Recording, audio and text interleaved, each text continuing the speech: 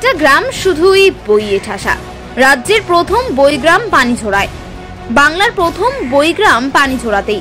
বইকে ভালোবেসে একটি গোটা গ্রাম। কেরল কিংবা মহারাষ্ট্রে এমন বইগ্রাম রয়েছে, এ রাজ্যে পানিঝোড়া প্রথম বইগ্রাম। শনিবার বিকেলে এই বইগ্রামের আনুষ্ঠানিক উদ্বোধন হয়ে গেল। আলিপুরদুয়ারের জেলা শাসক আর বিমলা উপস্থিত ছিলেন এদিন। তিনি জানান, শিশু পাঠ্য থেকে চাকরির পরীক্ষার বইও থাকছে এই গ্রন্থাগারগুলিতে। একদিকে বক্সা ব্যাঘ্র প্রকল্পের ঘন জঙ্গল, অন্যদিকে পানিঝোড়া গ্রাম। বক্সা জুড়ে জড়িয়ে ছিটিয়ে একাধিক জনপদের মধ্যে পানিঝোড়া এদিন থেকে বইগ্রাম হিসেবে পরিচিত পেল। জেলা প্রশাসন ও স্থানীয় এক সংস্থার উদ্যোগে এই বইগ্রামের পথ চলা শুরু হলো।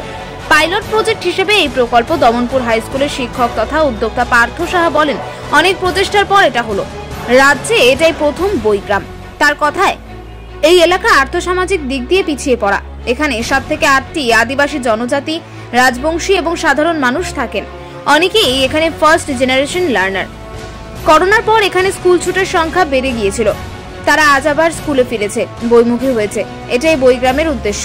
এখানে একাধিক লাইব্রেরি রয়েছে, 15টা ছোট্ট গ্রন্থাগার, একটা সেন্ট্রাল লাইব্রেরি আছে এই গ্রামে।